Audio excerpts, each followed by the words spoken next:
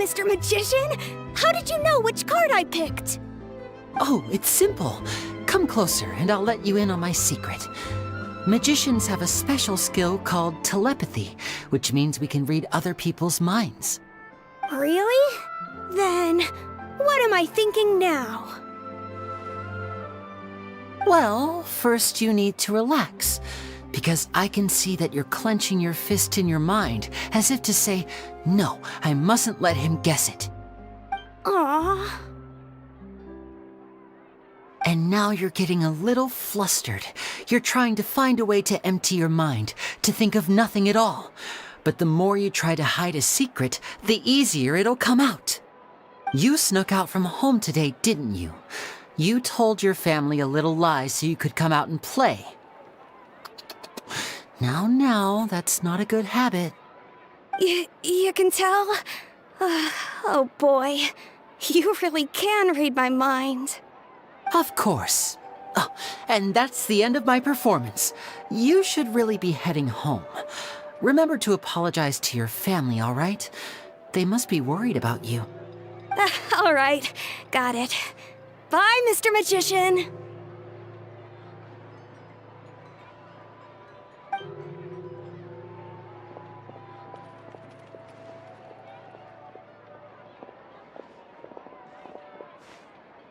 Hey, Lenny? Why, hello. We meet again. Are you looking for me? What's the situation? Well, why don't you guess, Mr. Telepathic? Oh, please. You didn't believe that spiel, did you? The power of telepathy is quite beyond me. I'm sure that child would beg to differ. Seemed like you were right on the money.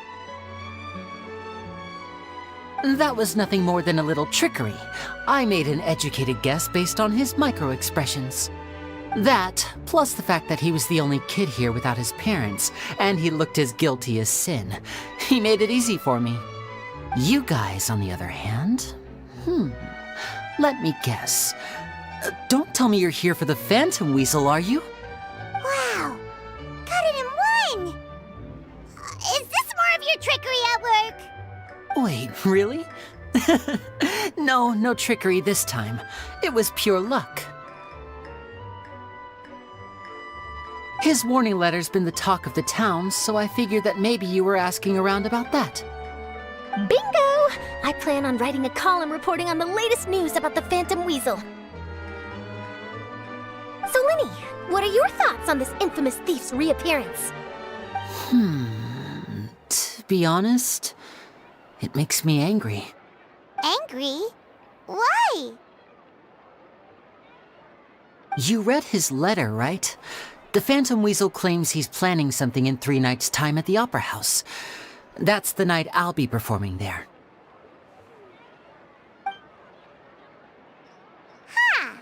What are the chances? Wait a minute, you don't think he's after you, do you? Well, if he is, then his warning is clearly a direct challenge to me personally. And if he's not, then it's still going to be a huge headache for me. The mere mention of the Weasel's name is enough to scare people off. So once the contents of that letter get out, barely anyone will be showing up to watch my show. But I've been preparing for this for a long time. I'm not about to let him ruin my big day. This leaves me with only one choice. I have to expose the Phantom Weasel's identity before the show begins. Really? So what you're saying is, we might get to see a live duel between a famous magician and an infamous thief? Wow, this has exclusive written all over it. To be honest, I'm not sure if I'll emerge the victor. The Phantom Weasel is a notorious crook, infamous for his inscrutable methods. You're being far too modest, Lenny. I think your magic tricks are even more inscrutable than those of a thief. Thanks for the compliment, though I have to say I don't care much for the comparison. A lot of people liken magicians to thieves because we both have the ability to make things disappear without the person noticing. But there's an important difference that these people overlook. Allow me to demonstrate with a quick magic trick. Here, I have a flower, just an ordinary flower that was picked not long ago. Watch it carefully now. 3, 2, 1.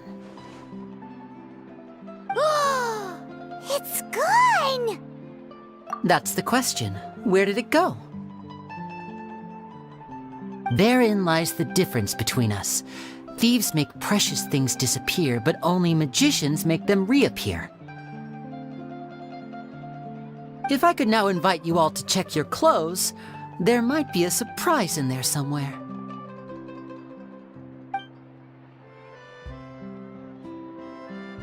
A surprise? Let me see!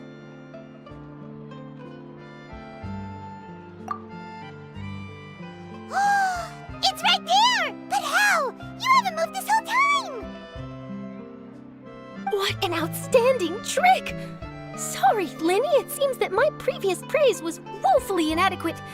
Clearly, magic is the superior art form to theft. Don't worry, I didn't take offense. I just wanted to take the opportunity to perhaps change some of the preconceived notions you might have about magicians.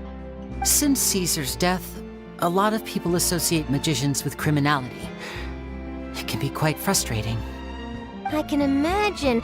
Coming back to your trick just now, might I presume that you are well versed in floral symbolism? For example, magicians often use rainbow roses in their flower-related performances to represent passion and romantic encounters. But you used a Lumidu spell, which, if I'm not mistaken, allude to separations. I'm curious to know if there was any deeper meaning behind this choice? Impressive knowledge. It's no wonder you're such a successful journalist. But I'm afraid I don't know the first thing about floral symbolism. I'm just in the habit of using Lumidu spells in my magic. It sounds like something I should look into, though. I'll buy myself a copy of Fontaine's Floral Language Facts when I have some time. But it'll have to wait until this phantom weasel business is behind us. Well noted. In that case, this brings us to the end of our interview. I, for one, am looking forward to the final showdown between you and the thief. Please feel free to get in touch to update me on any further developments. Otherwise, I will of course see you at your show in 3 days' time, but let's hope the Phantom Weasel is caught by then. If there's nothing else, I'll be off. You've given me lots to work with here, and I've got no time to lose if I want to write that exclusive piece. I'll see you all later.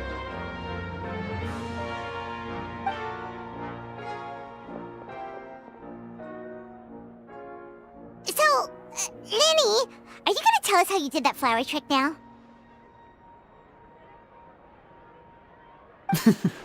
I'm afraid that's my little secret. Aww. Well, magicians are entitled to their secrets. But Paimon's really itching to know how it's done. You feel it too, right? So itchy! Not so itchy then, huh? Well, since you're so concerned, how would you like to serve as my temporary magician's assistants and help me investigate? Magician's assistants? Oh, that sounds fun! Assistants are technically magicians too! Also, it'll bring us one step closer to figuring out how that darn trick is done! Shall we go for it? Excellent. Thank you for putting your trust in moi. The first thing we need to look into is who Caesar really was. If he truly was the Phantom Weasel, that means that the weasel is dead, and whoever wrote this warning letter is just a copycat criminal. But if he wasn't the weasel? Well, that'll make things more interesting. It would mean that the weasel lives, and he's been laying low all this time in some corner of Fontaine. And if we're investigating Caesar, his fiancée Gemma is a good place to start. Word is that she visits the cemetery often, so I asked Lynette to wait for her there. We should make a move. Let's go and rendezvous with Lynette.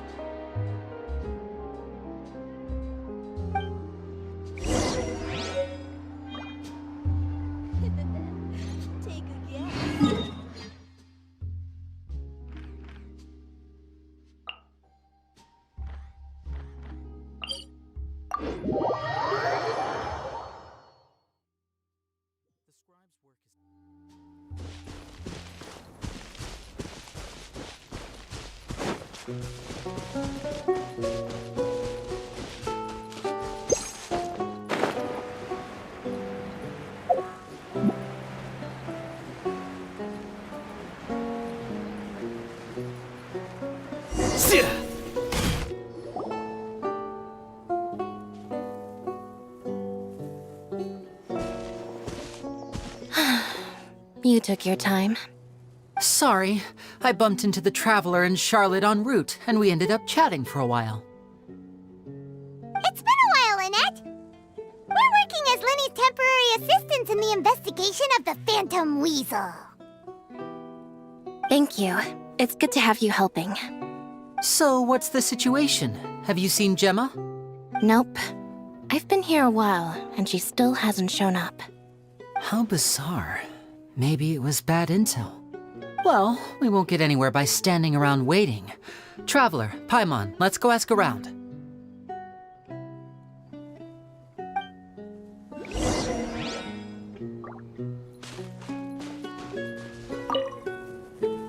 Excuse me, good sir. Do you by any chance know a Gemma? Gemma? You mean Caesar's fiancée? Sure I do. What's this about? I'm just trying to get a hold of her because I need her help with something. I heard she comes here a lot. Yeah, she does. Poor thing. It's no secret why either. She's heartsick. Ever since Caesar passed away, she's been coming here once every week to clean his grave. Often she just sits there in front of his headstone, lost in thought. Sometimes she talks to herself. I asked her what she was doing once. She said she wanted to speak to him again. She knows he's gone and can't hear her from the grave, but she just likes to spend time there, telling her fiancé all about how her life is going. And she's been doing this ever since Caesar passed away? Oh, so 10 years. Wow. Their love must have been really strong. I'll bet. Caesar's reputation fell apart after his identity was revealed, so no one else visits his grave. Gemma's the only one who still thinks about him after all these years. I don't know if the mind lives on in the waters after death, but if it does, I'm sure Caesar must be grateful to have someone who remembers him fondly. If I'm honest, I think this is all so unfair to poor Gemma. Her fiancé was a low-life crook. He doesn't deserve someone like her. Anyway, all of that said, she's running later than usual today. Normally, she'd be sitting in front of his grave by now. I wonder if she's okay. Well, that's everything I know, I'm afraid. You might have more luck asking some other people. All right, well, thanks for sharing all of this with us. We'll keep asking around. You're welcome. I just hope she'll be able to move on one day.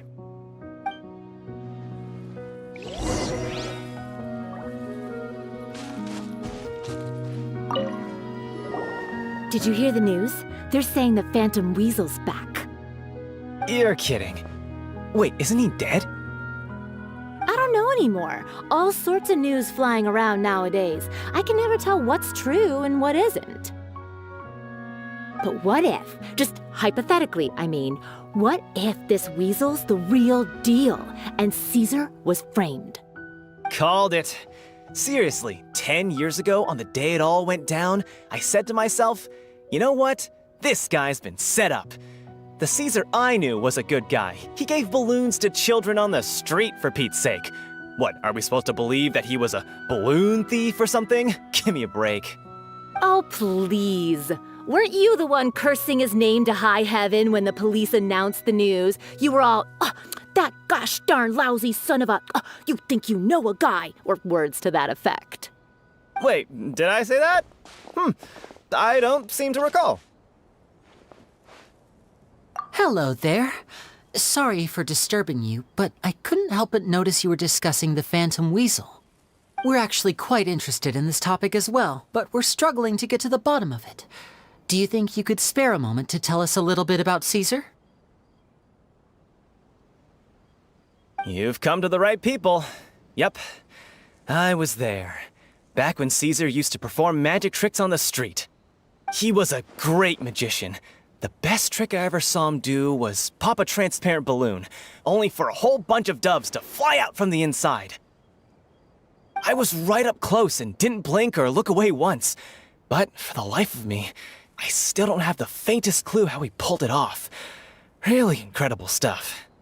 I saw him perform too. He always used to bring some gifts along for the kids who came to watch his show, and he'd hand them out after he was done. Sometimes he even got the kids to write their wishes down, and then he'd make the items on the wish list appear in his next show. He doesn't sound like such a bad guy. But after he died, there were also rumors that he used the wish list to find out what was precious to people, with the intent to steal it later. As I'm sure you know, the Phantom Weasel would steal just about anything from anyone. Whatever the case, now that the weasel is back, Caesar's become a hot topic once more. I bet Gemma must be pleased. If Caesar's name gets cleared, maybe it'll finally give her some solace after all this time. No, speak of the devil. That's her over there. If you've got any more questions about Caesar, she's definitely the one to ask. So that's Gemma. Is it just Paimon, or does it look like something's wrong? Wait, it looks like she's injured. Come on, let's see if she's okay.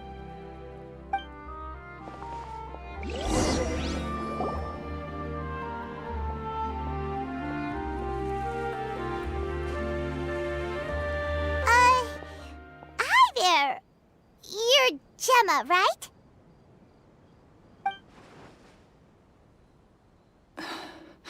Who's asking?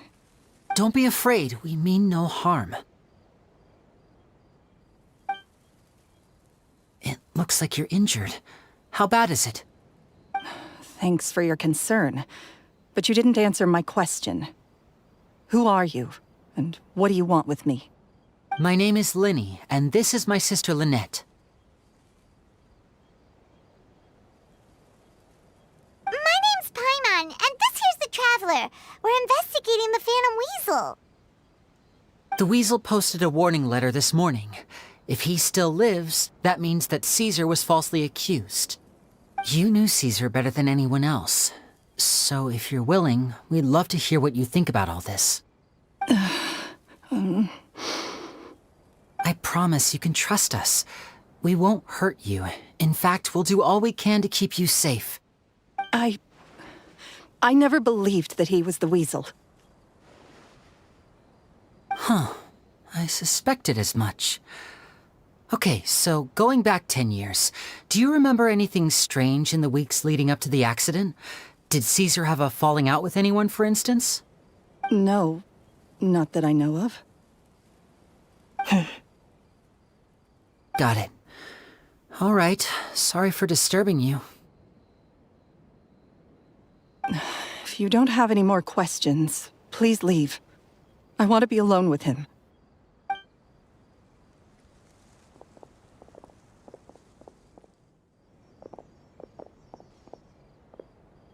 Judging by the look on her face, there's definitely something fishy about her.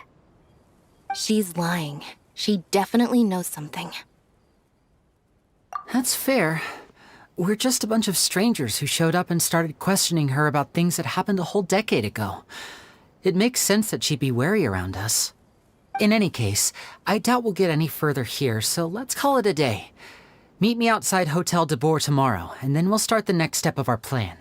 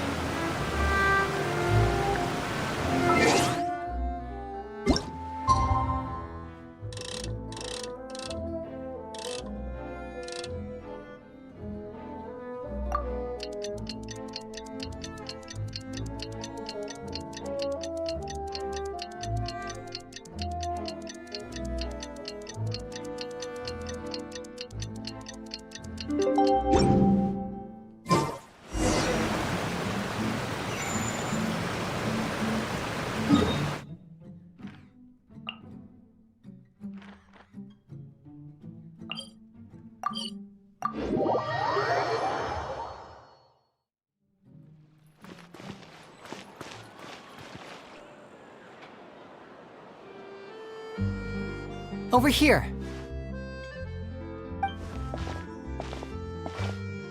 Lynette's not joining us today? I've had her follow Gemma and see if we can make any inroads with her. They should be at a cafe right now. Still, I don't think that Gemma's likely to open up to us. Today, we'll be looking into a guy named Lorenzo, Caesar's former pupil and assistant. When Caesar passed away, all the stolen goods discovered in his home were confiscated and returned to their rightful owners.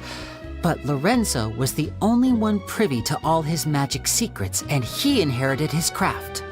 Before long, Lorenzo was the next big magician in town, his fame surpassing even that of his master, and it made him very wealthy. He's since left the magic scene though, and these days, he's a wealthy— I had to pull a lot of strings, but I managed to get him to agree to a couple of drinks with me. Be warned though, I hear he's got a hair-triggered temper. We'd best be careful.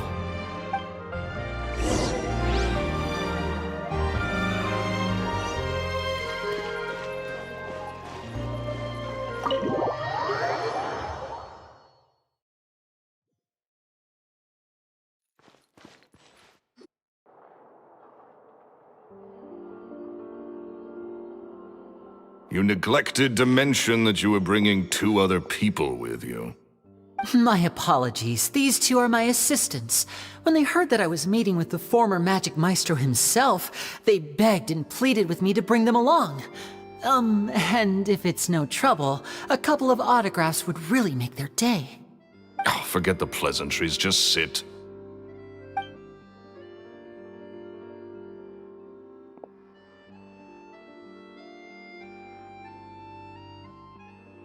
Get a load of this guy.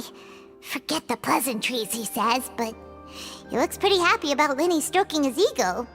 I only agreed to meet since we're both magicians. Do me a favor and cut to the chase. I have more important things to do than drinking. Much obliged, sir. As it happens, the matter I want to address is also related to magic.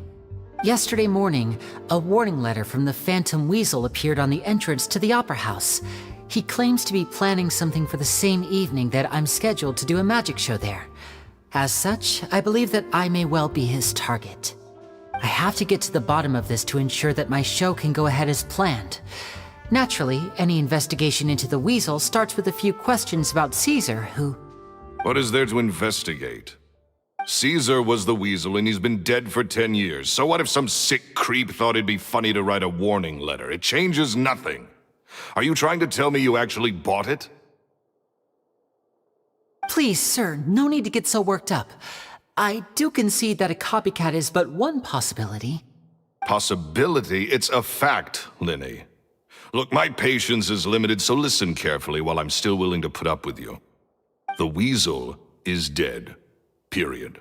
Everyone knows that, so do yourself a favor and quit this investigation. It'll lead you nowhere. Look, if this affects your magic show in any way, I will personally compensate you for any losses. Oh, sir, I'm honored, really. But this isn't about finances for me. My pride as a magician is what's at stake here, Lorenzo. Copycat or not, this person has thrown me the gauntlet, and I must meet their challenge head-on. Your pride? Don't mince words with me, boy. Just tell me, what exactly are you seeking to do? I want to find out the Phantom Weasel's true identity. I have to know for myself what really happened 10 years ago. What would that accomplish? And what do the events of 10 years ago have to do with you, anyway? Look, you of all people should know that a magician never reveals their secrets. And in any case, dead men don't talk. So if you really care about your magician's pride, then you'll forget about Caesar and move on. Uh-oh, this is getting awkward. Lorenzo? Is that? Oh, it is you! I know that big, booming voice anywhere. What's up, my man? Another day, I'm busy. Oh, come on! You can't be all business all the time. You know what they say? Live fast, die young. You gotta learn how to kick back and relax once in a while. if I wanted your life advice, I'd ask for it. Now get out of my face and go be drunk somewhere else. Sorry, my good sir. I don't believe I've had the pleasure. Oh, hey! Edmondo. He and I are business pals. We worked together a bunch of times. This is your first time meeting him? Oh, he's always like this. Foul-mouthed and hard-nosed. Never heard a kind word out of this guy the whole time I've known him. And he wonders why he can't get a girlfriend, despite being, what, pushing 40, 30, something? Anyway, point is, a lot older than when he first got rejected by the girl he was into. Shut up and get out of my face. Another word out of you and you can forget about doing business with me ever again. Do I make myself clear? Sorry, I may have had a little too much to drink. All right, I'm gonna leave. Don't work too hard.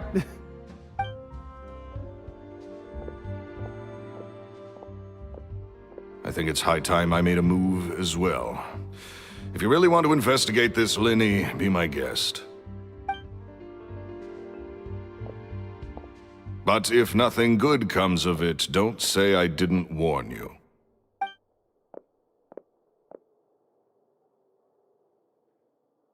Well, that fell to pieces in a rather spectacular fashion.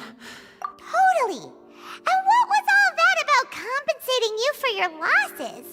Why would someone you just met make an offer like that?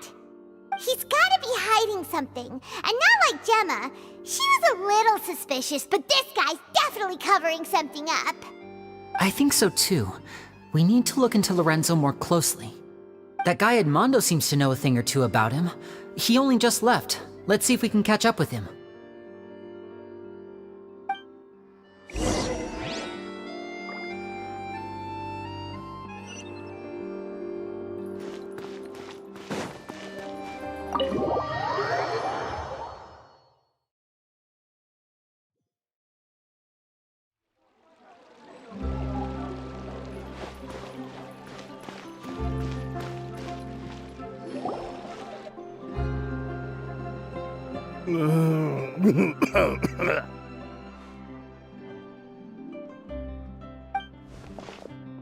You okay there? Who are you? Oh, it's you guys. Don't worry about me. I must have had one too many. I just need to ride it out. I say way too much back there, didn't I? Yeah, I nearly talked myself into complete financial ruin. Note to self, no more drunken chats when Lorenzo's around. So, he was serious about threatening to cut you off? Ugh, Paimon knew he was a bad egg. Hey, keep your voice down. Don't go prying into Lorenzo's personal affairs. Bad things happen to people who ask too many questions, or make an enemy out of him. What kind of bad things? Don't even ask. I'm sorry, I'm gonna have to cut this conversation short. I'm not crossing that line again. And take it from me, trouble with Lorenzo is one thing you don't need in your life. You saw him flare up back there. I don't know what you said to him, but clearly it touched a nerve. That's not a good sign. You're too young for this. Don't get in over your head. I'm leaving.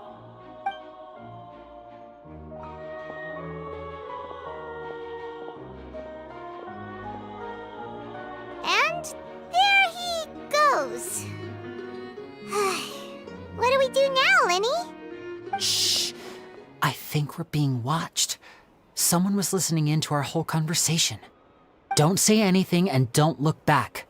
Any altercation in the city will attract the guards. We'd better take this elsewhere.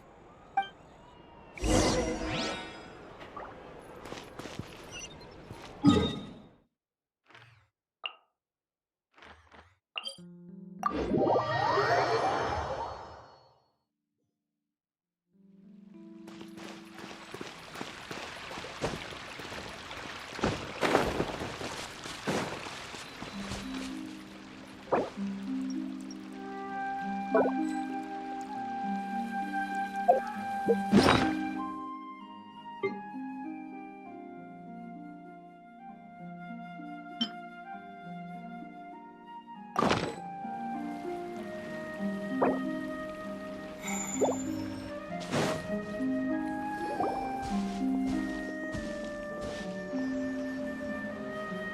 followed us a long way. Why don't you come out and introduce yourselves? So you're Linny. And where's your sister? Ain't she with you today? Save us the trouble and go fetch her for us. Let's not drag this out. Paimon doesn't like the tone of your voice, mister! Who sent you, huh? Save your questions, missy. You ain't gonna need answers where you're going. Capiche? Looks like we can't avoid this fight. Now, I'm not the strongest fighter, so I hope you're ready to back me up. Don't worry, we got this!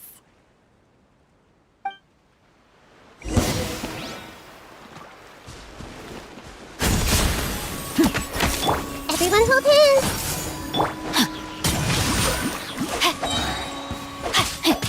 Stand with me! Curses. They're tougher than we thought.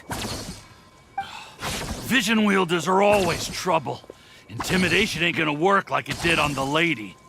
Come on, let's scram! Hey, wise guys! We ain't through with you yet! Oh, they got away! Did you catch what they said just before they left? Something about intimidating someone else. Sounds like they just wanted to rough us up as a scare tactic, and they've already done it to someone else, but who? You're right. She was injured when we saw her yesterday, and she acted like she had something to hide. Maybe she was too scared to tell us the truth because those guys had threatened her. Well, if that's the case, she should be more willing to open up to us once she learns that those thugs won't be bothering her anymore. Let's head back to the cafe and see if we can get any information from her.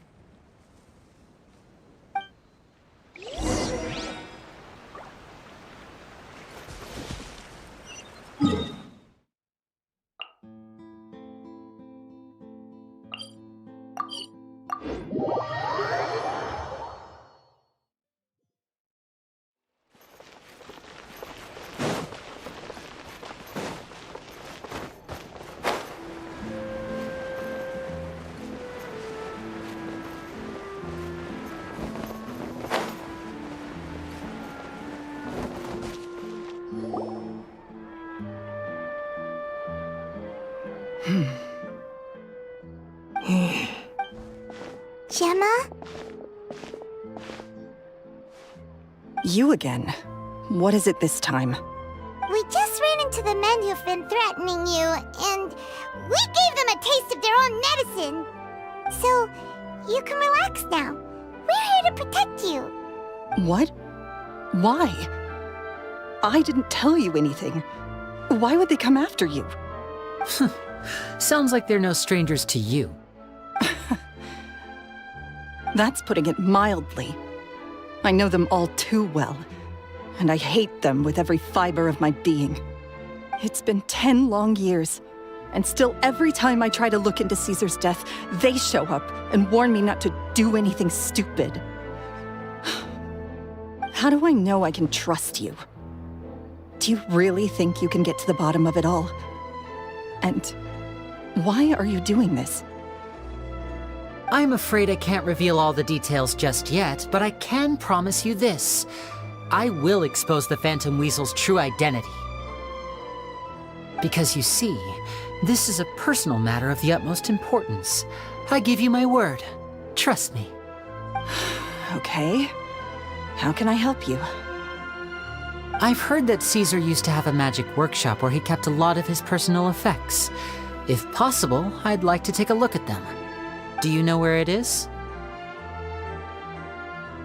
The Fleuve Sonde. But the place was sealed up by the police after his death, and no one's been there since. I also know that the Fleuve Sonde is dangerous territory. Lots of hostile groups lurking around. If you're serious about going there, please be careful. Understood. Lynette, you stay here and take care of Gemma. Don't let her come to harm. Got it. But if I'm staying here, I'm ordering dessert. I mean, bon appetit. But stay sharp, too. They're likely to come for you while I'm away. Okay. Alright. Power saving mode off. I'll start taking this more seriously now.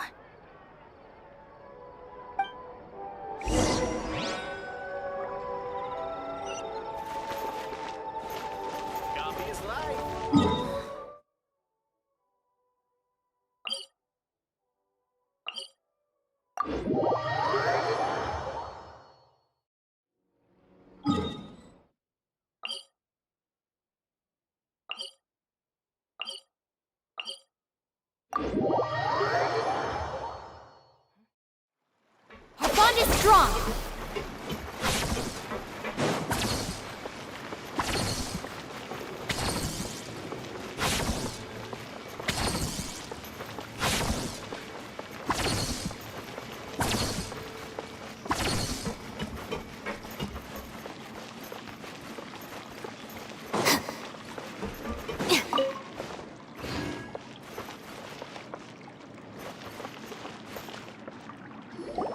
If Gemma gave us the right location, then the workshop should be right nearby.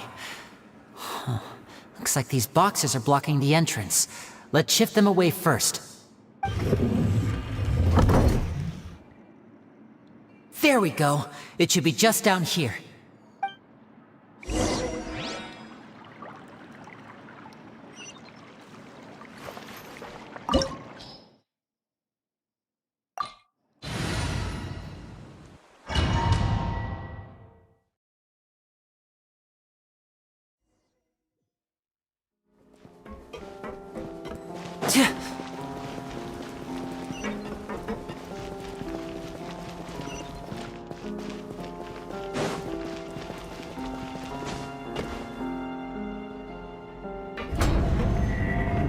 So this was Caesar's workshop.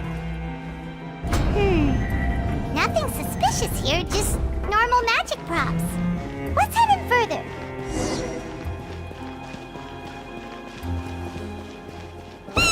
What was that? Oh, is this one of Caesar's gadgets? Guess we must have triggered some sort of device.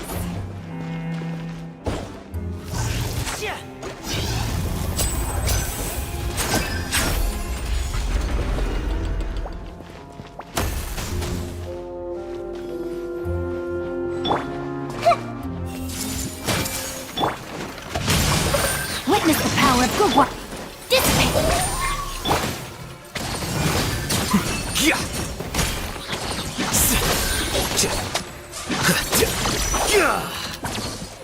Whoa. Look. The doll in the box is glowing.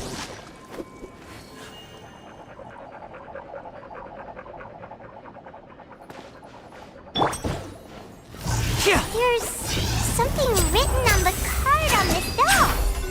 Let's take a closer look.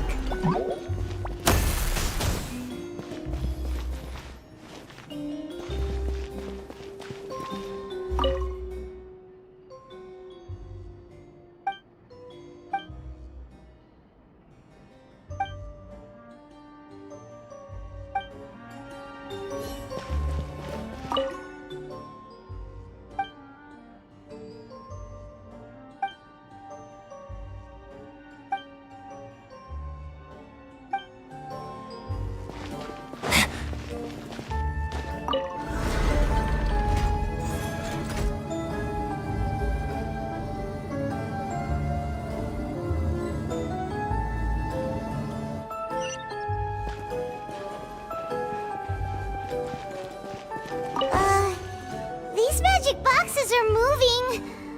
What do we do? One of them looks different from the rest. Let's investigate.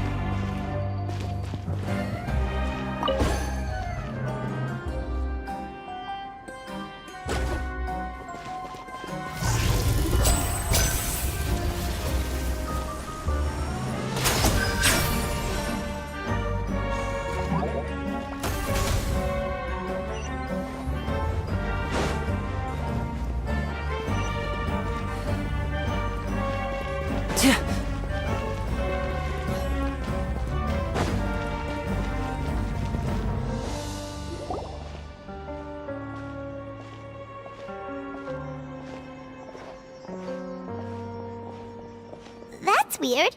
Have we reached the end already? There's nothing here. Maybe this was a wasted trip.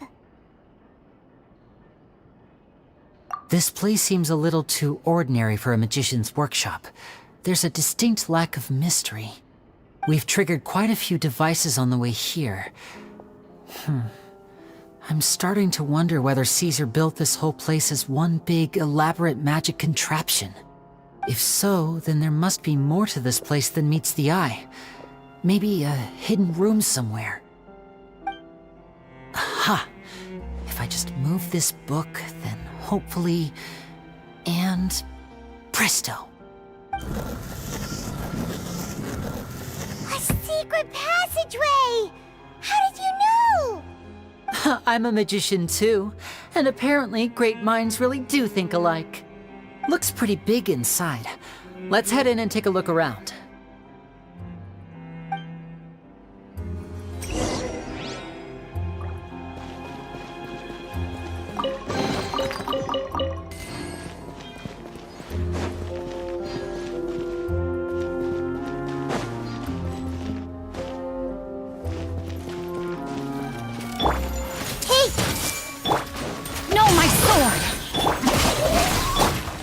Here you are.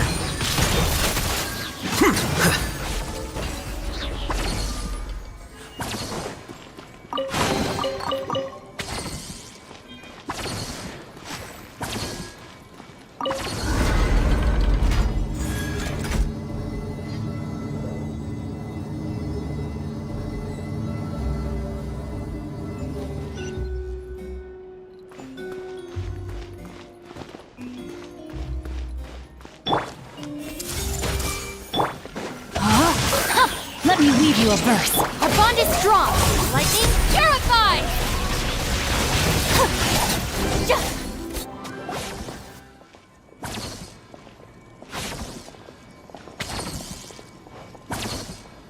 Why did you stop, Flinny? Is there some device in that box? It just looks familiar somehow. Let me check this out for a second while you guys go on ahead. If anyone makes a major discovery, let's rendezvous here. All right, see you in a bit.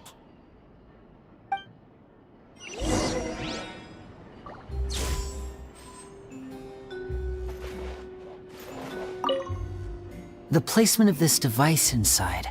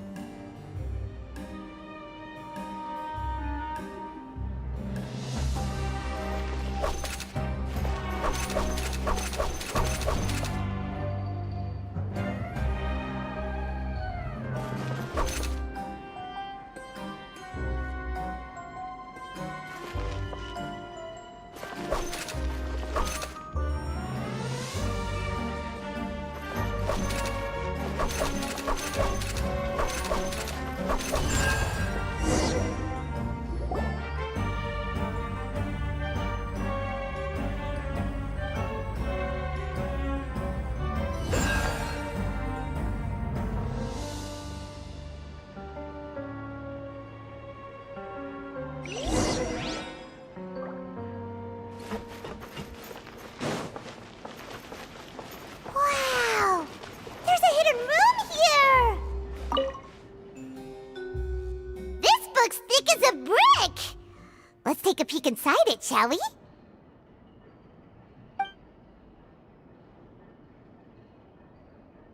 At one of my shows a few days ago, a child asked me how I pulled candy out of my hat.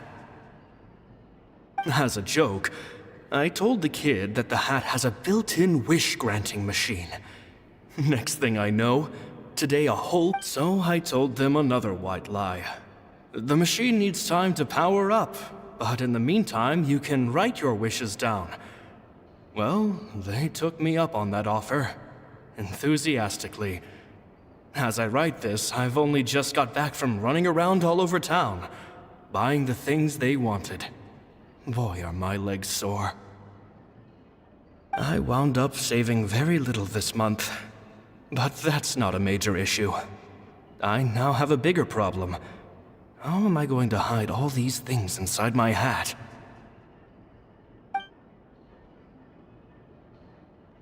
Two children came to talk to me after today's show. I don't know why they were out on their own. They looked much too young to be unsupervised. I do hope they got home safely. Anyway, they said that they wanted me to teach them how to do magic. It's not uncommon for children to ask this, of course, but I've never seen any of them as serious about it as these two. I told them that learning magic is very hard work, but that didn't faze them at all. It's like they already knew. They seemed so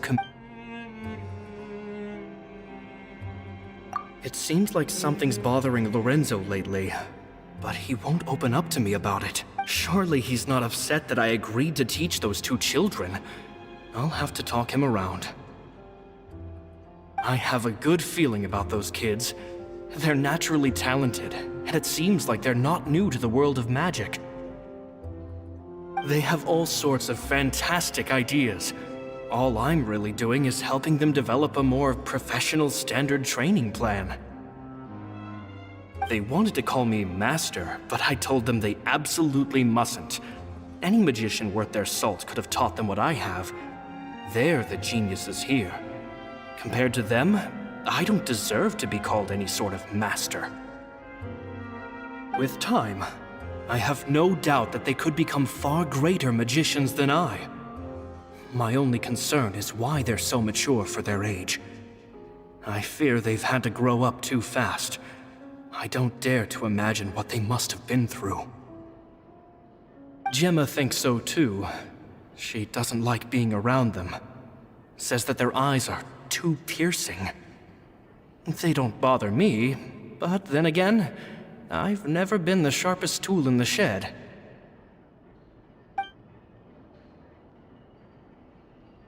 It's nearly time for me to go on tour.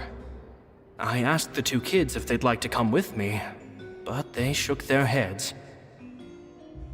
I once overheard them talking about their father and their mission.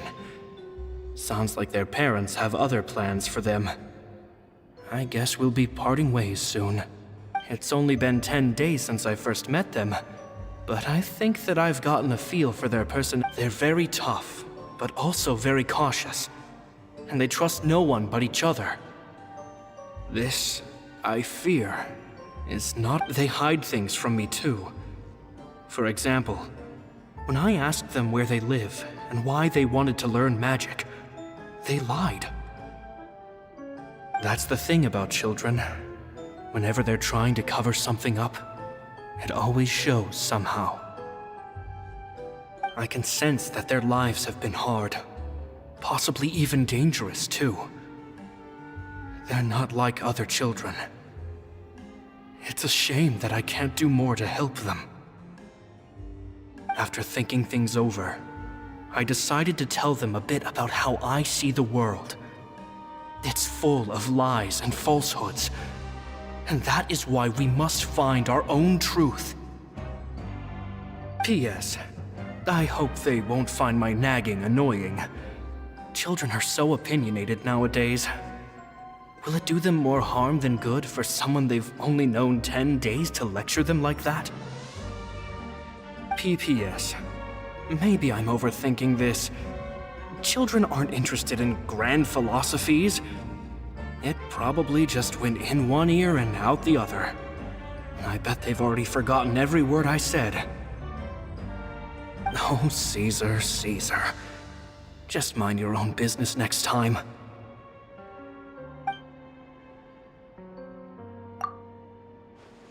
Two magic geniuses with a father and a mission, huh?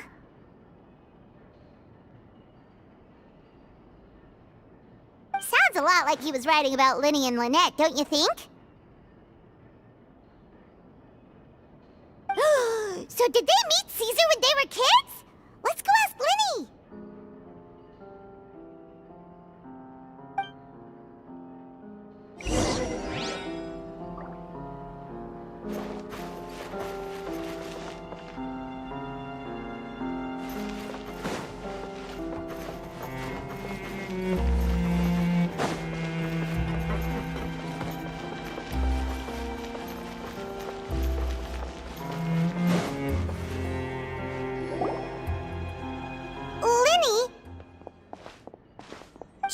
Hold that thought.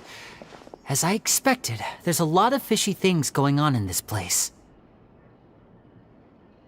Fishy? Uh-oh, what have you found? All in good time. Before we go over our new leads, I want to tell you how a high-altitude escape is performed. First, the magician slots themselves into a magic box in full view of the audience.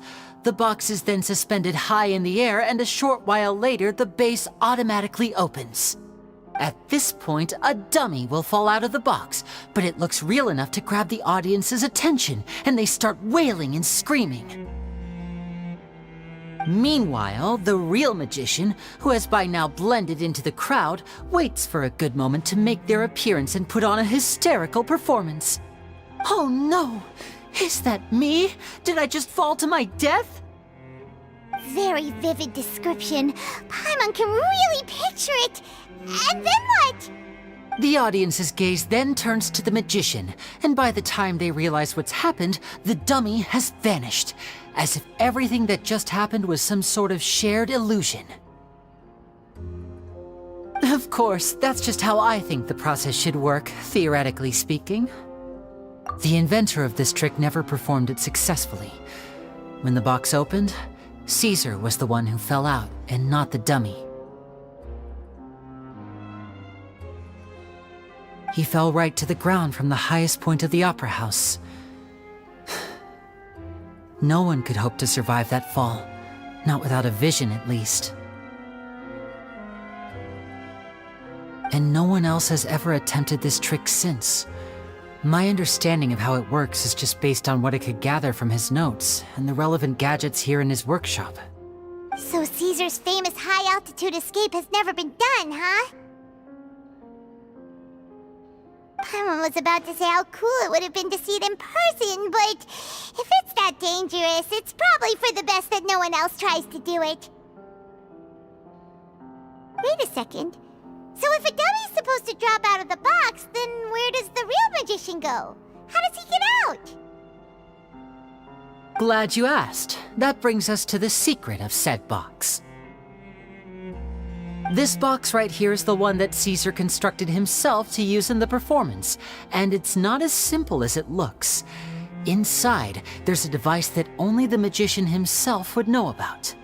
Once the magician's inside and the box is lifted up into the air, the audience's view of the box is fixed at a certain angle. From where they're standing, they have a clear view of the front, sides, and bottom, but the back and the top are now no longer visible. At this point, the magician presses a button inside the box, opening a secret door out of view. He then escapes through this trapdoor onto the opera house roof, waits for the dummy to fall and distract the audience, and quietly returns to ground level.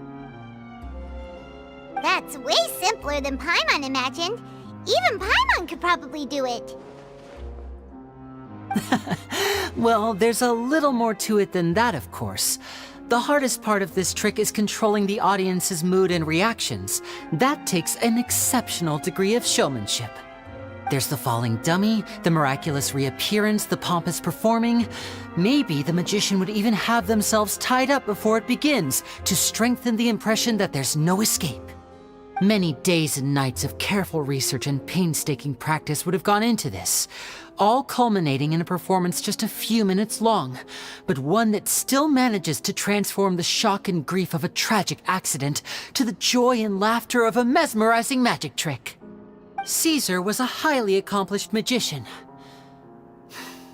But unfortunately, even he didn't manage to pull it off. So, how did it go so wrong? You said you found some fishy stuff here. Have you figured out what really happened? I can make a pretty good guess. I looked into the case files. The magic box Caesar was using at the time of his death had the secret button I mentioned positioned on the right-hand side. And sure enough, he always used his right hand as his dominant hand in public. Okay. Nothing suspicious there. But here's the strange thing. Most of the devices in this workshop have the mechanism on the left-hand side, including this box right here, which leads me to believe that Caesar was in fact left-handed. Because a magician can't afford to have their most basic habits stand out too much. People naturally focus their attention on the most important details of the task or situation at hand. But a magician needs to be able to redirect an audience's attention at will so as to avoid arousing their suspicion. The essence of magic is getting people to believe a lie. If even the truth raises eyebrows, the falsehoods become all the more difficult to mask. And so, Caesar trained himself to use his right hand to align with his audience's expectations. Great magic always requires sacrifices. But in his most stressful and nerve-wracking moments, and when no one was watching, reflex would kick in and he'd use his left hand. That's why he set his gadgets with the mechanism on his left. Exactly. I think that's likely what happened. Caesar would have been under a lot of time pressure during the escape. He'd have had mere seconds to open the hidden compartment, retrieve the dummy, then open the secret door and make a swift escape. But I'm sure he was confident. He would have rehearsed countless times to the point where it was second nature. He'd barely need to think about what he was doing because muscle memory would guide him through. So he opened the compartment, took out the dummy, checked everything was in order, and then went to leave. With his left hand, he reached for the button, and suddenly, his heart skipped a beat. It wasn't there. Much like when you reach for your keys but find your pocket empty, his mind needed a moment to process what was going on. Instinctively, his left hand would keep feeling around for the missing button, maybe for another second or two, until the bottom of the box gave way. With the stakes being as high as they were, just a 2-second delay cost him everything. The authorities would find nothing suspicious and conclude that his death was due to his own error. When in reality, someone switched the boxes, and they did it to murder him. But how would they be able to make the switch without being noticed? That would be difficult to pull off, no? It would have to have been someone who knew that he was left-handed and who could move his props around without arousing suspicion. Someone who was always by his side. Isn't that right, Lorenzo? You just couldn't let sleeping dogs lie, could you? There's not a lot of people who'd go to all this trouble for some magician who died 10 years ago. I didn't want to have to do this, you know. Silencing you the hard way just creates more problems for me to deal with. But I gave you your chance. I hoped you'd do what's good for you and back off like the lady, but you disappoint me. You mean Gemma? So you are the one who's been threatening her! Yes, although however stubborn she might be, she was never much of a liability. But you people, you never even knew him, but for some reason you just wouldn't drop it. Which is why you can't leave this place alive. Take them out, and make it quick. Do your worst!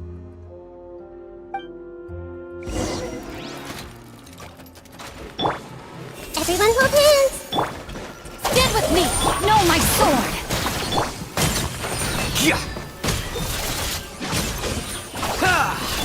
I see everyone everything! Witness the power of Gugwa. Huh? Our bond is strong! Now disappear!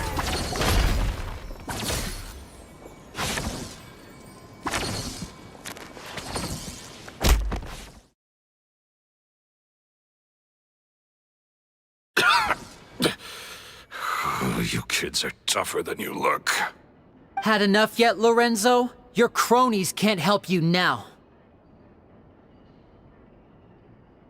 I think it's high time you started talking, and what I'd really like to know is, why did you murder Caesar? If I had a mora for every time you said that man's name. Of course you idolized Caesar, everyone else did. But I was the real genius magician. Me! He was just an amateur who did cheap tricks for gullible children. I was the one who made magic into the fine art it is today. The aristocrats doffed their hats to me! So it was jealousy. Jealousy. Hatred, more like. I hated Caesar. All he cared about was his magic. He lived and breathed it. He poured everything into his street performances and his stupid tours like it was just a hobby to him, never bothering to think about Mora. What sort of fool devotes their life to the art of deception and never has a Mora to show for it? But the people loved him, didn't they? Oh, how they looked up to him. No one gave me a second look. All I ever heard was, "Oh, your master's amazing, isn't he?" Amazing. Yeah, so amazing that he was completely broke. Every other apprentice was living it up at their master's expense, but no, not me. I put in all the work, mastered all the skills, and it brought me nothing more than the life I already had. He forbade me from using magic to trick people out of their mora. There was nothing he hated more than that. And with his reputation in Fontaine, it was too risky for me to go it alone. As long as he was alive, if I dabbled in my own brand of money-making magic, he would expose me, and it would destroy me. I had to kill him. There was no other way. He had to go. And this was your only motive? It was reason enough. What other motive would I need? Well, I was under the impression that there might have been other factors at play. For instance, maybe you were in love with Gemma, but she was engaged to Caesar. In love with Gemma? Don't be ridiculous. Guess I was wrong about that then. Next question. Are you the Phantom Weasel? I am. Caesar was so strict with me. He insisted that his way was the right way, that the sole purpose of magic was to bring joy to the world. I never bought into any of that. I was more interested in the practical value of magic. Sure enough, it helped me fill my pockets with all kinds of valuable treasures.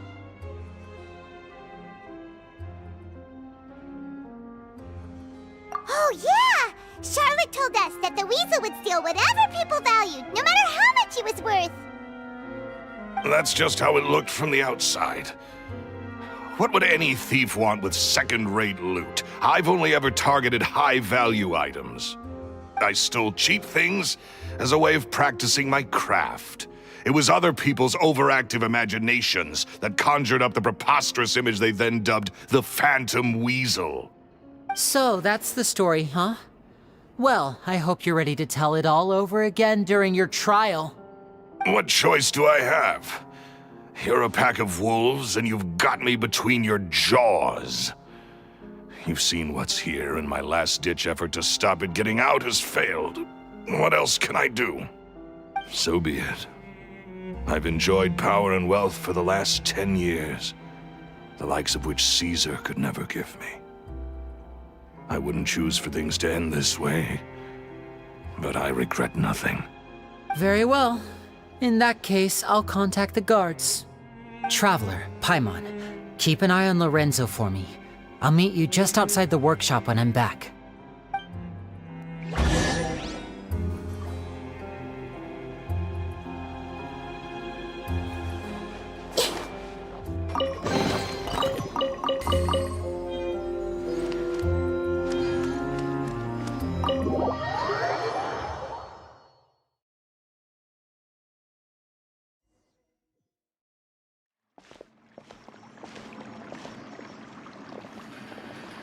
Lily has told me the whole story. Lorenzo, do you confess to the murder of Caesar and to framing him for the Phantom Weasel's crimes? Look who's finally developed a conscience. What kind of disciple murders their own master? I hope it was worth it, because there'll be hell to pay.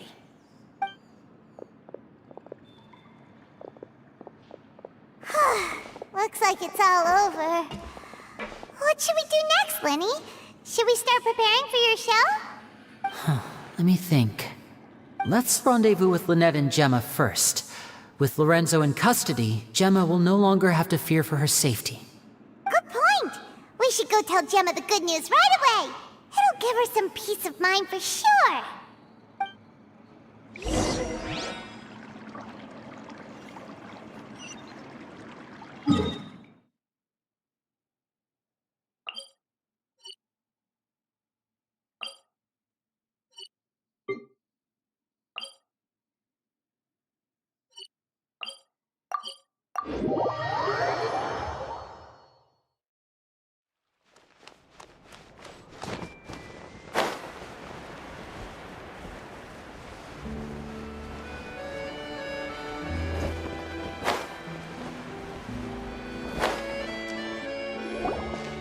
Ah, you're back.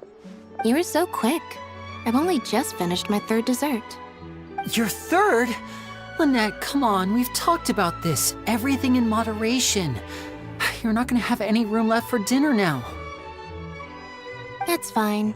I'll shift to exercise mode and jog off the excess sugar. That's besides the point. Well, it's done now, but try to eat a more balanced diet in the future. Point taken. Did everything go okay? Of course! Lorenzo was no match for us. The guards are taking him into custody as we speak. Gosh, that's amazing. I'm sorry, I still didn't know if I could trust you, but now it seems I can. I had my suspicions about Lorenzo, but I... It's okay, we understand. He did threaten you. Paimon would find it hard to trust strangers in your position too. But you don't need to be scared anymore. Everything's gonna be okay. Sorry. My emotions are all over the place right now. I've been waiting for this day to come for so long. I always wanted to report Lorenzo. He took all of Caesar's property, which I found suspicious, but I had people watching me all the time, so I couldn't risk looking into it. I was so afraid. I was scared he'd do something terrible to me, and then no one would be left to visit Caesar's grave. So I never had the courage to speak out. Thank you all. Truly. Thank you so much.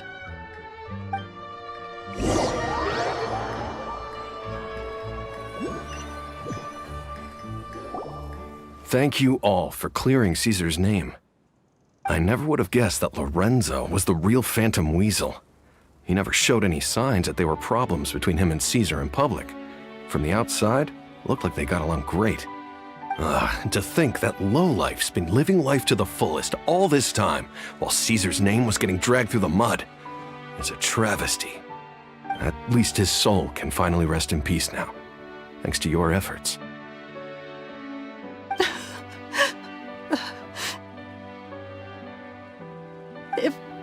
If only I'd realized before it was too late. Don't blame yourself, Gemma.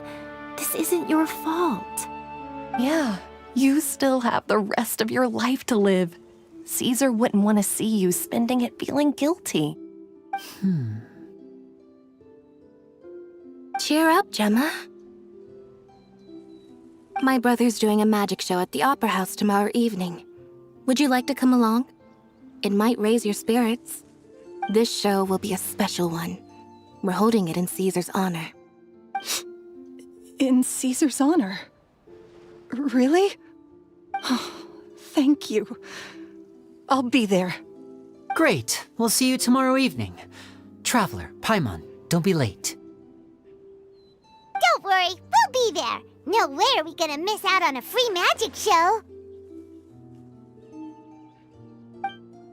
Wait, Paimon feels like we're forgetting something. Oh yeah, Caesar's diary!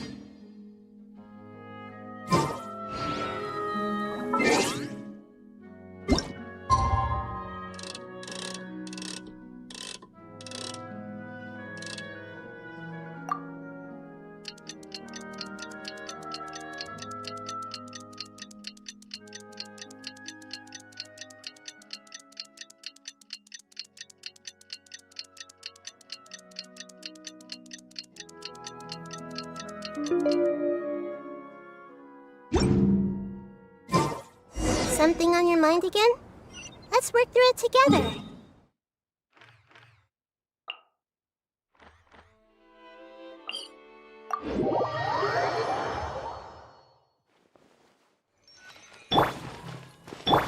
Stand with me!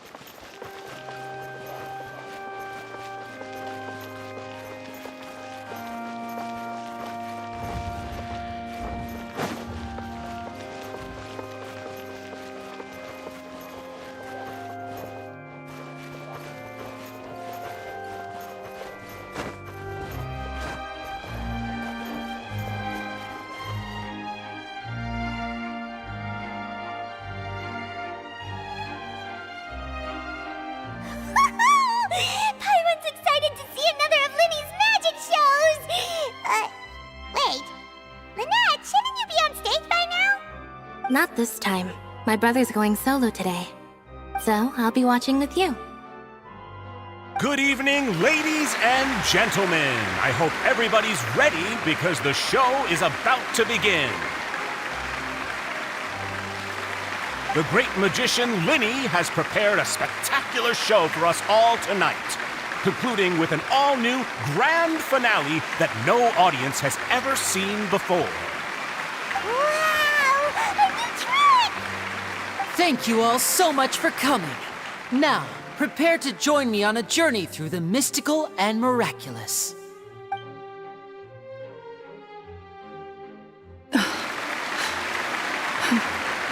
Exciting stuff, isn't it? Yes, it's just... It reminds me of him. No wonder. Caesar was a famous magician too. So, how did you two first meet, Gemma? Well, I was out on the street once, and I saw him performing for little children. Children love magic, because they're willing to believe in things that can't be rationally explained. Caesar had this amazing way of bringing them into a dreamlike world. And somehow, I felt drawn to him too. So I went up and asked him to do a trick for me. Aw, that sounds so romantic. What trick did he do?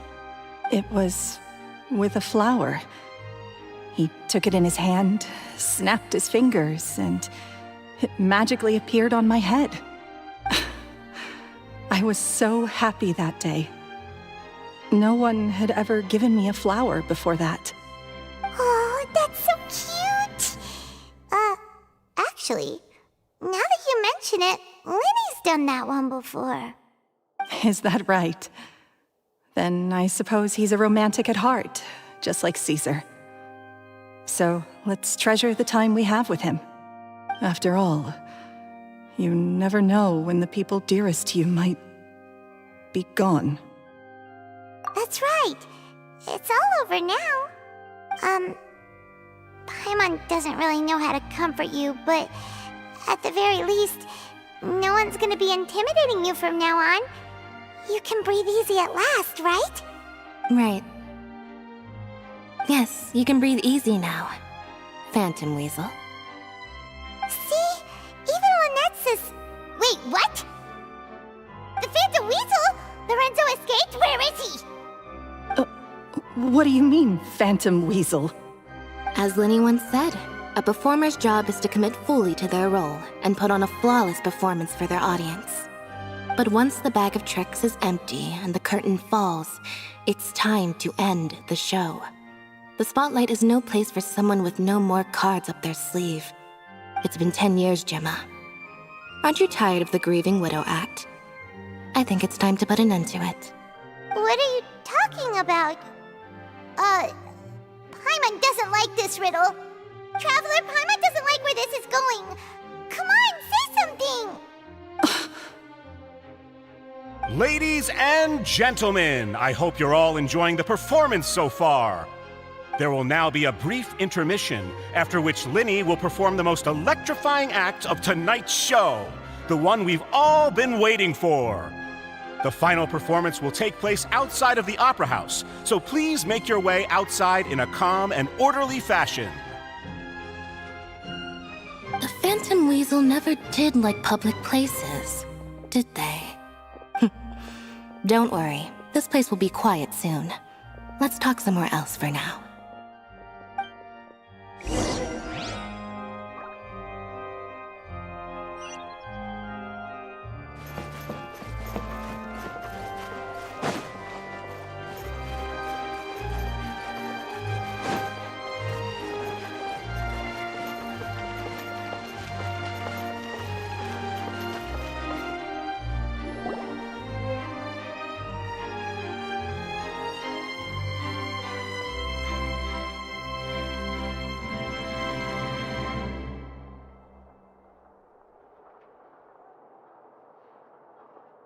Dear me, this is awkward, isn't it? And unfortunately, I'm all out of gadgets, so I'm afraid I can't do any tricks to liven up the mood. This is a big mistake for a magician to make, but thankfully, I do have a backup plan. Now, who wants to hear a story? Linny, don't we have more important things to address right now? Lynette accused Gemma of being the real Phantom Weasel a moment ago. Oh, what the heck's going on? All in good time. Magicians are good at guessing what people are thinking. I know the questions you want to ask. And as it happens, the story I'm about to tell might answer a few of them. Really? Well then, let's hear it! Paimon's dying of curiosity here! Let's go back to the very beginning. A decade ago, when the Phantom Weasel was terrorizing the court of Fontaine. She never missed a target, never left a trace, and no treasure was safe from her thieving hands. But as her infamy grew, so did the readiness of the police, and her opportunities to act became ever fewer. Every day, she ran the risk of being exposed for who she was.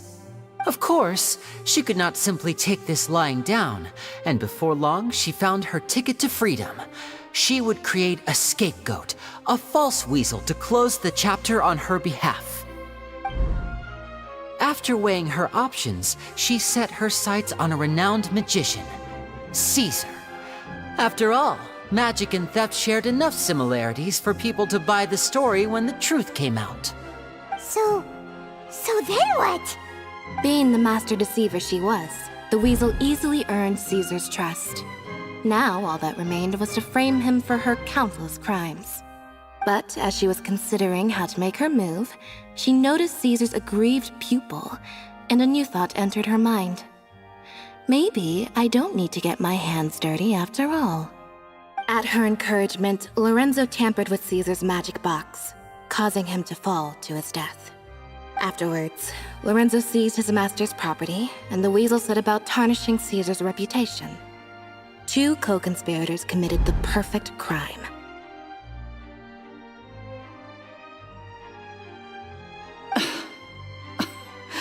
I've got to hand it to you.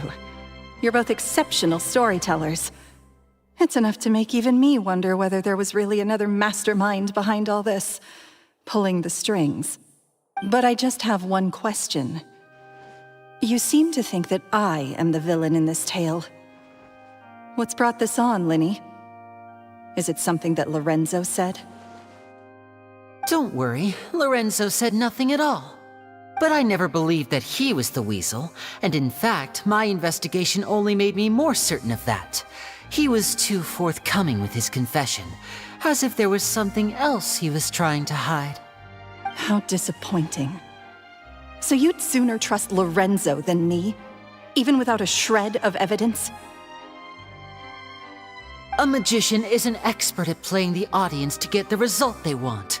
And I have no doubt that you, Gemma, are equally talented in this regard. With a little help from Lorenzo, you put on a very convincing performance.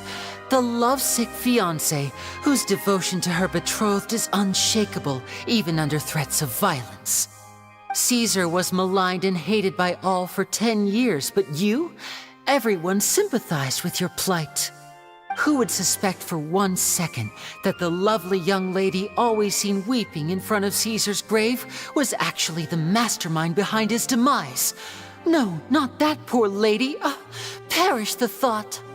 Wait, so you mean the whole intimidation thing was just a hoax? Gemma and Lorenzo were both in on it? But why would Lorenzo agree to that? And why didn't he sell her out even at the end instead of admitting to being the weasel himself? Yes, why indeed? Maybe Gemma herself could enlighten us on that question.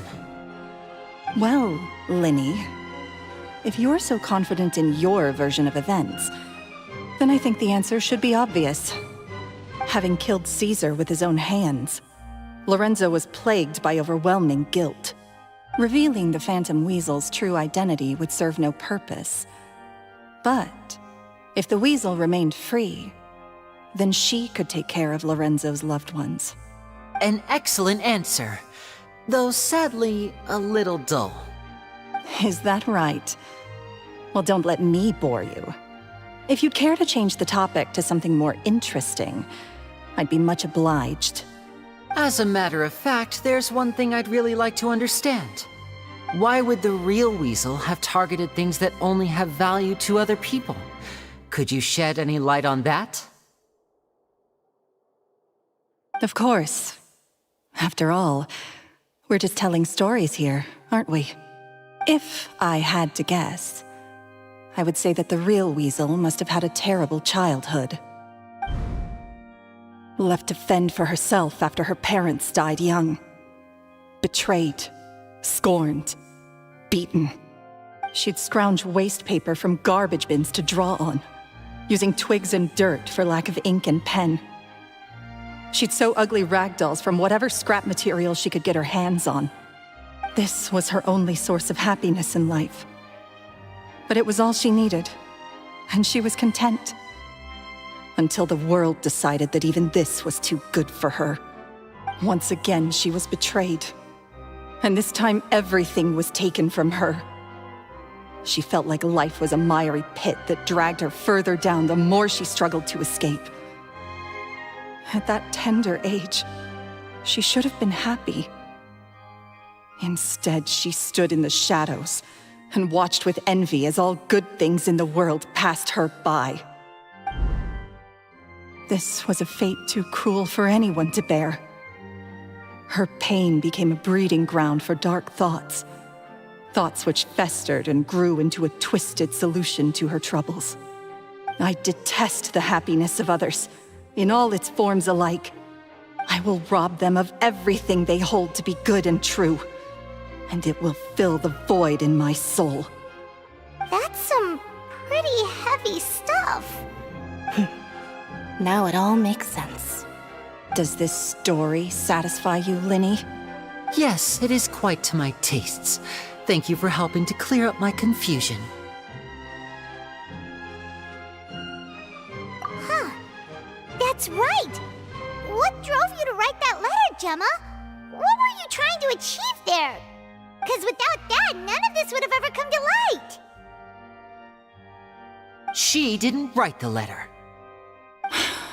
After 10 long years, I'd hoped that the Phantom Weasel would be consigned to the history books by now. But it seems like someone still wasn't ready to let her finally be at peace. Linny. Or should I call you the Phantom Copycat now? You were the one who posted that letter outside the Opera House. But why? Very sharp, Phantom Weasel. Still as shrewd as ever. Well, no need for me to be coy about it. Our goal was to clear Caesar's name. The most straightforward way to change the public's impression of Caesar was to force the Weasel to show themselves. That's it? You had no other agenda? Of course we did. We made it quite clear in the letter, I believe. I shall take from you that which you hold most dear, just as you did to me 10 years ago. 10 years ago? You mean Caesar's death? You met him? Wait. Oh, I get it. You were those two obnoxious kids. It's been so long, and you're all grown up now. I didn't recognize you. He taught you magic back then, didn't he? For what, 10 days or something? And you went to all this trouble. Why? Because you feel like you still owe him something? We remember all our debts, however great or small. 10 years ago, Caesar's reputation was torn to shreds, and his legacy was thrown out. 10 years on, and no one cares what the truth is anymore. But we did not forget, and so we came to find you. And? What exactly did you take from me? I'm still standing, as you can see. Lorenzo has admitted to everything. I'm free. Free? Do you really think so? Caesar once told me that even though the world is filled with lies and falsehoods, we must find our own truth. I think that applies to you too. Truth can take many forms. Prized possessions with nostalgic value, fervent hopes and dreams, and irreplaceable people. Life took many things from you, and those wounds never healed. When they ached unbearably in the dead of night, stealing became your way of numbing the pain. What are you trying to say? I'm saying that for the last 10 years, you've been living a rather uneventful life. Perhaps that's because you found something other than a life of crime to fill the hole? Back to Lorenzo for a second. He murdered his own master, played along with your act, and took pains to make sure any suspicion would be directed towards him. But what did he have to gain from all that? He knew who you were and the things you'd done, and despite that, he was willing to give everything up for your sake. He's the reason that you haven't felt the compulsion to steal in all these years. You're more than just accomplices in murder. You're the only real friends each other has. So I think you know, deep down, that he is the only truth you have in your life. But that truth is gone now, and I guarantee you, you'll never see it again. Congratulations on your freedom, Gemma. Your freedom will cost you dearly. From now on, you'll be all alone in a world full of lies and falsehoods. I do hope you'll be able to bear it. You've still got a long life ahead of you after all. Gather round, one and all. The time has now come for the amazing Linny to perform his final act in tonight's show. I'm sure you're all wondering what he has planned for the grand finale. Well, wonder no more, for the answer is a death-defying high-altitude escape. A high-altitude escape?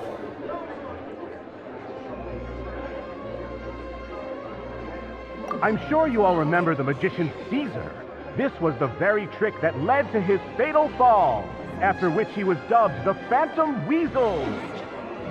So we have now learned that Caesar was wrongly accused, and that the real Weasel has now confessed to their crimes. Guess that's my cue to leave. Whew. I've been practicing this one for ages now, but I'm still a little nervous. Traveler, Paimon, I hope you enjoy the rest of the show. There may be a lot of people watching tonight, but you alone are my true witnesses.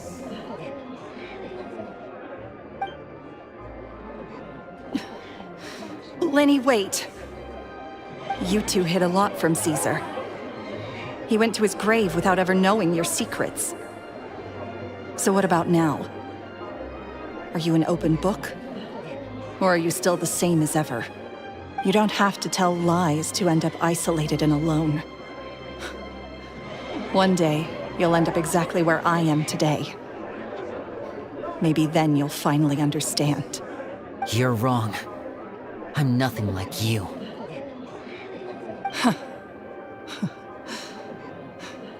So, what are we, doing now? Like Linny said, when you're ready, let's head outside and watch the show. But what about Gemma? She'll figure out what's best for her soon enough. Oh, and if you'd like to see Linny after the show, you know where he'll be. The usual haunt. All right. Well, let's go and watch Linny's finale then. This trick's a pretty dangerous one, but he should be able to pull it off, right?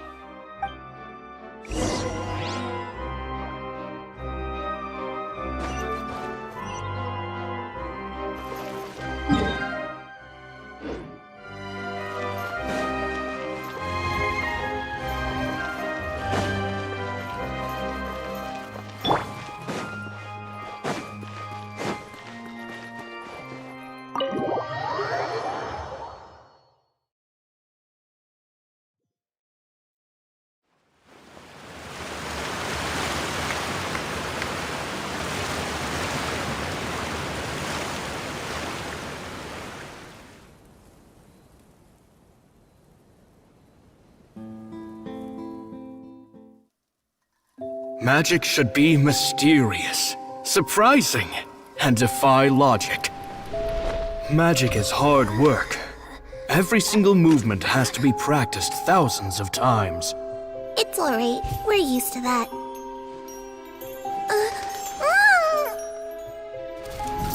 We're sorry. You've taught us so much, but we can't tell you the whole truth. It's okay. Do you still remember what I told you? This world is full of lies and falsehoods. I only hope that one day, you can find your own truth. What about you? Have you found your truth? Magic is my truth. I want to perform a magic trick so great that people will always think of me when they talk about it. For a magician, what greater honor could there be? Look! Behold! Linny is sealed inside the box. Will he manage to escape?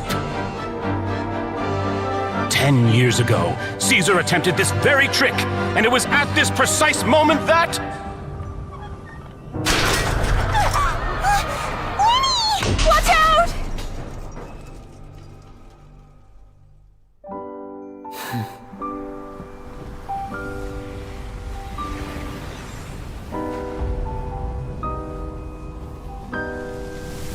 Mysterious.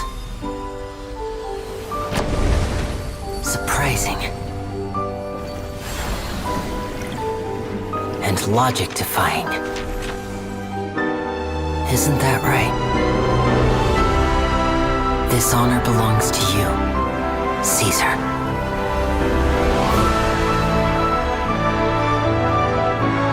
I'm just sorry it's a little late.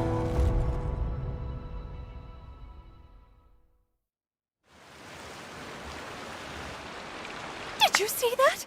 1 minute he was falling, and the next, he turned into flowers. How could he possibly have done that? How mysterious. I didn't blink once. He just vanished right in front of my eyes. What a heart-stopping magic show. This was really worth the trip. Caesar's name has finally been cleared, and Fontaine's new star magician Linny has fulfilled a wish on his behalf.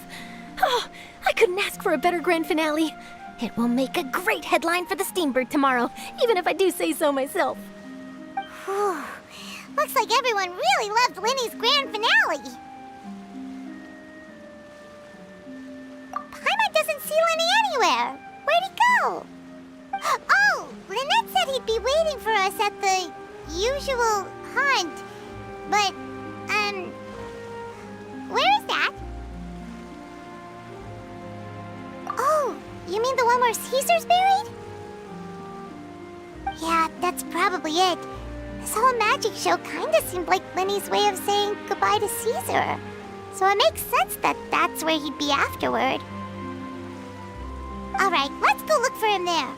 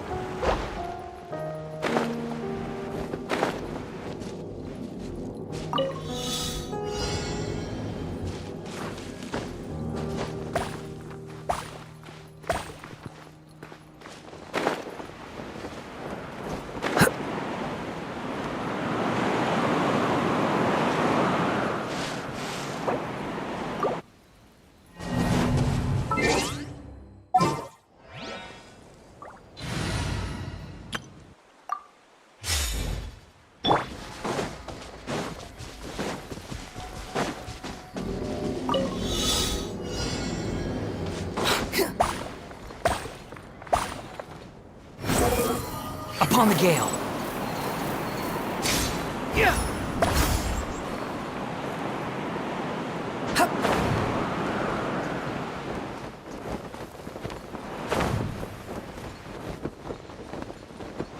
Falling into the abyss.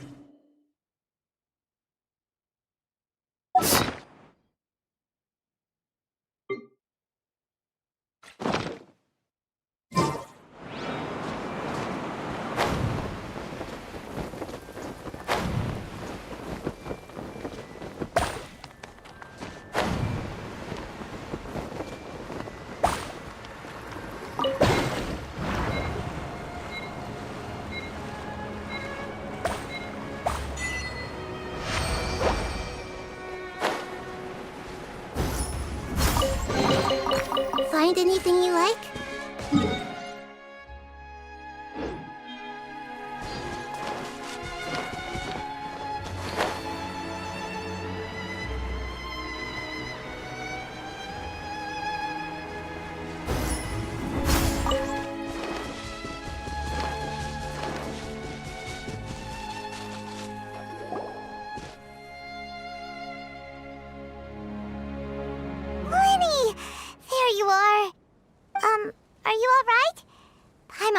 scared to death when the chain broke, Paimon was sure something had gone horribly wrong. Magic is a performance art. A magician has to get creative to keep the audience on tenterhooks. That's our job. So I tweaked Caesar's original setup a little to keep it fresh. I was honestly a little nervous during the live performance. The thought of falling, suddenly feeling weightless, seeing the sky and the ground spinning and spinning. Sometimes, I can't help but wonder what Caesar thought in those final moments. Did he regret taking Gemma and Lorenzo on? Or did he believe that it was his own slip-up right until the end? You know, Paimon's been wanting to ask you about something ever since we were in Caesar's workshop. You learned magic from Caesar once, didn't you? When was that? After I joined the House of the Hearth. To be honest, Lynette and I told you about my past before, remember? As a young boy, I survived by secretly learning magic from street performers. I'd watch their tricks and try to figure out how they were done. But I quickly realized that observation alone could only get me so far. What I saw was the polished final performance, but the rigorous training they put in behind the scenes remained invisible to me. I needed to learn how to improve my sleight of hand, hone my misdirection skills, and make niftier props. We were gifted enough that we'd made some progress by ourselves, but without proper guidance from a professional magician, we quickly plateaued. So that's why you sought Caesar out? Yes. We figured there was no harm in asking, but it took us by surprise that he was so willing to teach us. In all, we only spent 10 short days together, but he was very good to us. By contrast, we hid so many things from him. For instance, when he asked why I wanted to learn magic, I answered, "It's my passion." But in truth, there was already a lot more to the story by then. After being taken in by an aristocrat for our magic talent, then betrayed soon after, this was no longer about me doing what I loved. What amazed me was how the lie escaped my lips even as I was hesitating over whether to tell him the truth. Trust is a beautiful thing. Sadly, I'd forgotten how to trust by then. Winnie. Still worried about the way I feel? You really are a gentle soul, aren't you? But don't worry, I'm used to it now. From the mansions of the elite to the House of the Hearth, lies and selfishness have followed me and Lynette everywhere we go. After Caesar went on tour, we became busy with our missions. The next we heard of him was that he'd fallen to his death, and was now declared to be the Phantom Weasel. That night, I remembered his smile. But as I lay there, I didn't know what to say to him. To keep secrets is to put up walls. The longer you keep them up, the less you let people in. Then, one day, you look around and realize your life is like an empty auditorium after a show, full of seats once occupied by all the people who left. But I guess that's the price we have to pay. You only realize how much someone really meant to you when you lose them completely. That's why I was so confident this would hurt Gemma. Because I felt it for myself. Yeah, cheer up, Winnie. We've had to say our fair share of goodbyes during our journey, too. But whatever happens, Paimon always believes in what tomorrow brings. Delicious food, fun toys, and the traveler by my side. Paimon just needs to focus on things like this, and all the unhappy stuff goes right out the window. You know, Traveler, doesn't that kind of make you Paimon's truth? Exactly. It's the same for me and Lynette. We are the truest thing each other has in the world, and nothing can replace that. Life has taken plenty from us, like it did from Gemma. But at least it left us with each other. That's what gave us the strength to get through the darkest days. That's why the darkness never consumed me and why it never will. Maybe we live in the shadows too, but we remember every precious ray of light that shines through. All right, time to lighten this conversation up a little. What did you think of the show tonight? Were you happy with it? It was amazing! Paimon just wishes we hadn't been so distracted with the Gemma situation. We spent most of our time in the Opera House just talking and pretty much missed the entire first half of the show. Lenny, could you do just one more trick for us? Whoa, that's a bit of a tall order, I'm afraid. The show's just finished, so my sleeves are decidedly card-free right now. Aw, come on! Surely you can think of something.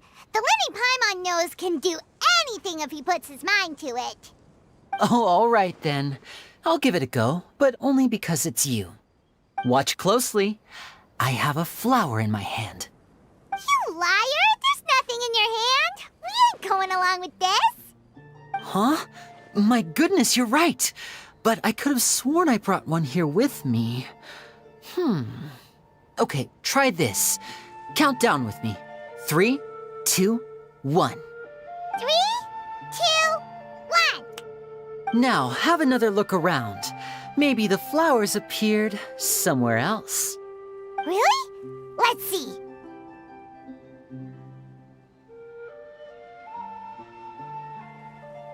Wow, there it is!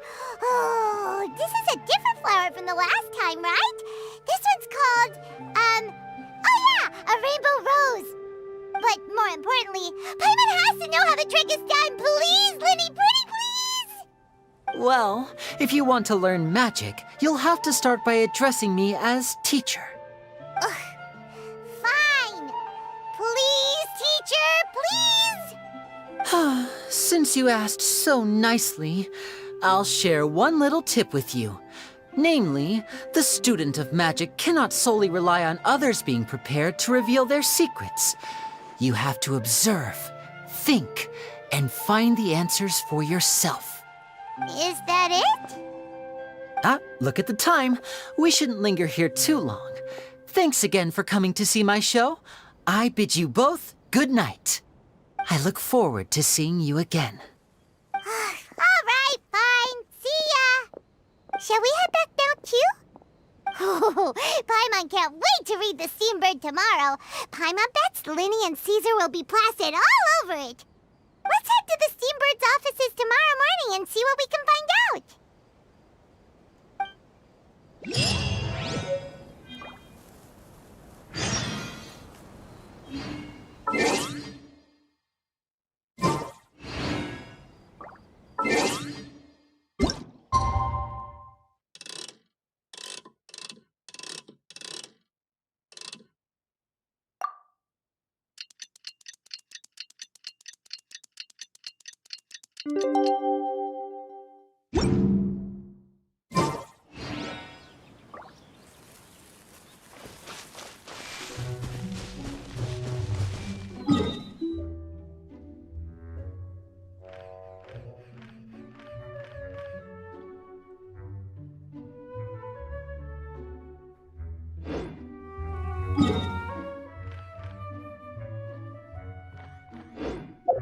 If you're not...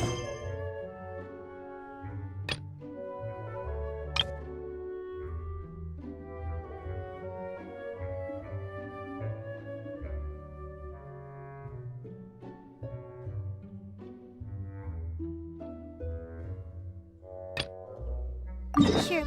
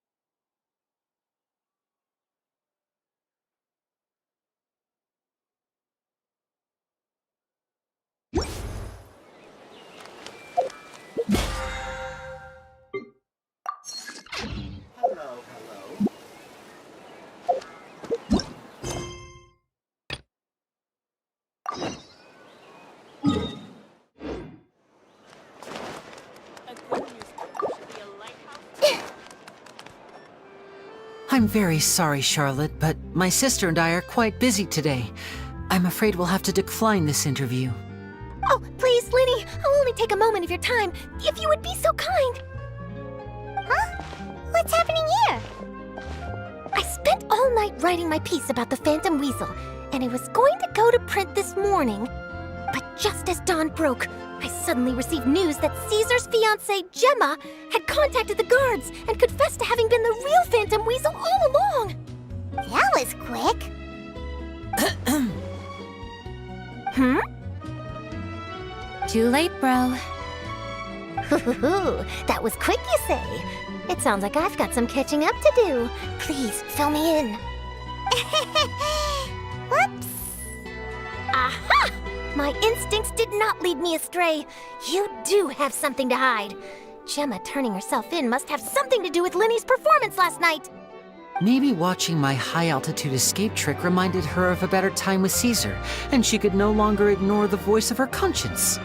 Huh. Okay, then. Wait, no, there must be more to it. If that's all it took for her to have a change of heart, how did it take her 10 whole years? Well...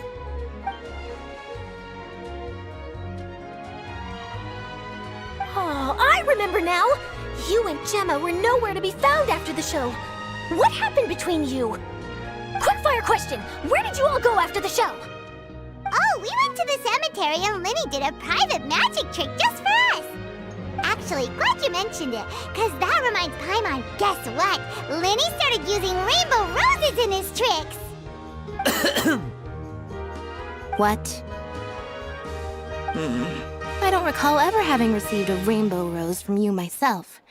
Is this supposed to mean that they're more important to you than your own sister? No, I just, What now? Oh, did Paimon say something wrong again? This is getting pretty awkward. What do we do, Traveler? Seems like this interview wasn't meant to be. Well, never mind.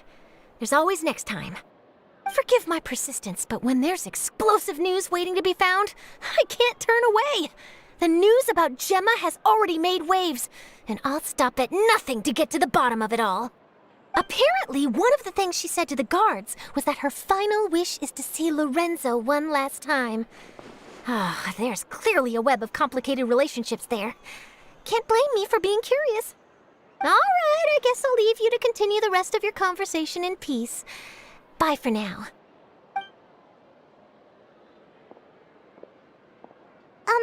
Lynette? Paimon didn't mean to... Don't worry, I wasn't angry.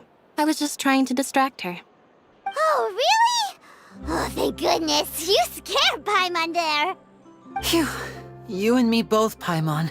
You and me both. At least it did the job, right? Please, take good care of that rainbow rose. I'd be really upset if you lost it.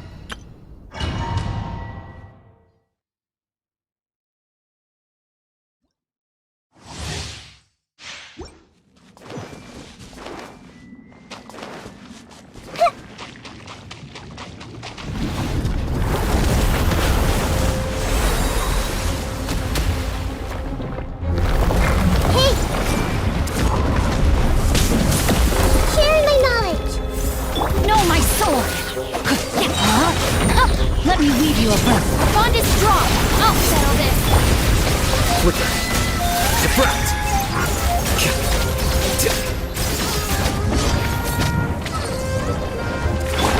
I see everything.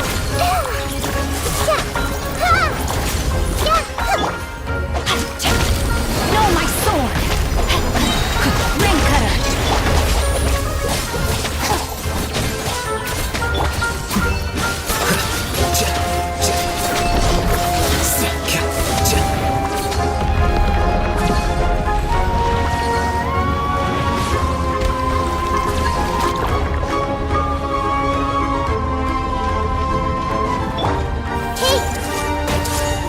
Rain outlines your fate.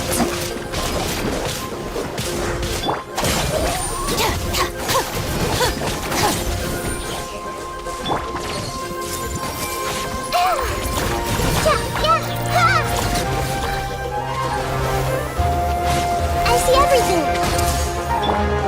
Dissipate.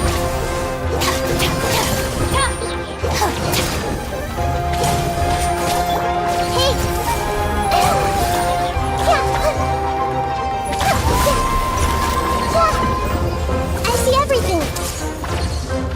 The Temple of Wisdom. Witness the power of Gua. Out of my way.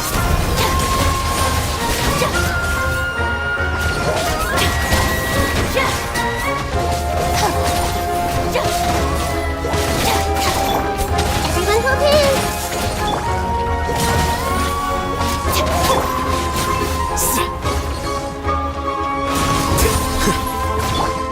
I see everything. The process of elimination. Rain outlines your fate.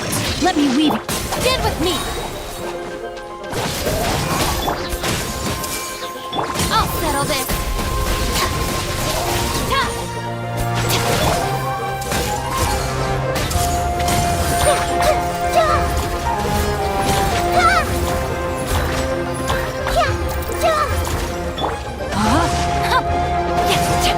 Our bond is strong. Flicker.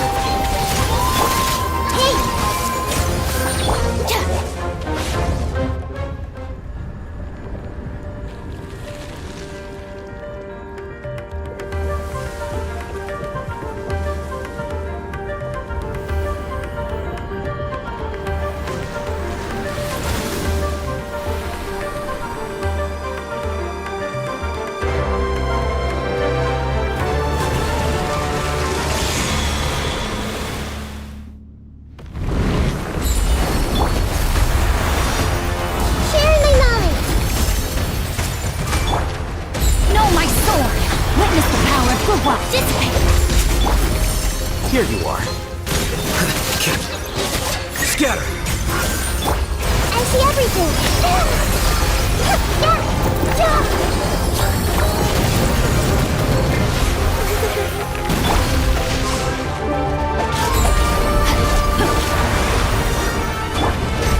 Get with me!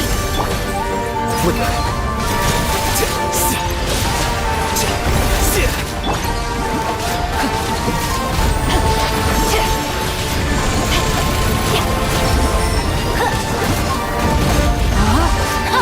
No, my sword! Let me read your birth. Dissipate! Lightning terrified!